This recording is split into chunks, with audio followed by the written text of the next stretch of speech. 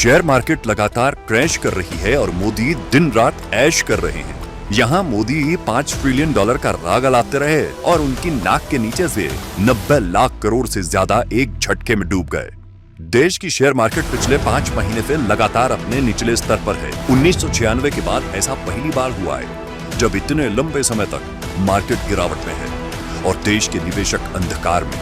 देश की खराब आर्थिक नीतियां और लगातार रुपए की गिरावट से विदेशी निवेशक निराश होकर भारत की मार्केट से पैसा निकाल रहे हैं, जिसका सबसे ज्यादा नुकसान छोटे और रिटेल इन्वेस्टर यानी मध्यम वर्ग को ही उठाना पड़ रहा है।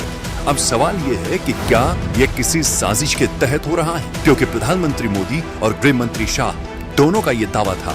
जिस दिन चुनाव का नतीजा आएगा आप इस हफ्ते भर में देखना, यानी भारत का स्टॉक मार्केट प्रोग्रामिंग वाले सारे थक जाएंगे।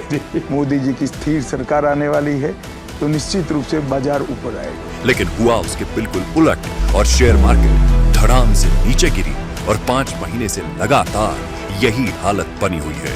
और आम आदमी जिसने मोदी की बात पर भरोसा किया उसे चूना लग रहा है। दरअसल पिछले 10 साल में मोदी अमृतकाल कहकर देश को गरीब काल में ले आए हैं। जी हाँ, मोदी के अमृतकाल में देश में आर्थिक असमानता ब्रिटिश काल से भी ज्यादा हो गई है।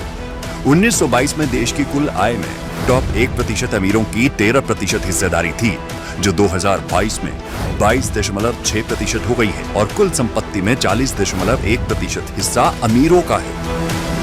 मतलब अंग्रेज भी गरीबों पर कुछ रहम कर लेते थे, लेकिन मोदी ने बिना किसी रहम के गरीबों को लूटकर अमीरों की जेब भरने का बीड़ा उठाया है। इसलिए चंद अमीरों के हजारों करोड़ के लोन माफ होते हैं और गरीब किसान फसल की कीमत न मिलने से और एक मिडिल क्लास खराब आर्थिक नीतियों से शेयर मार्केट गिर जाने से आत्महत्या कर लेते हैं।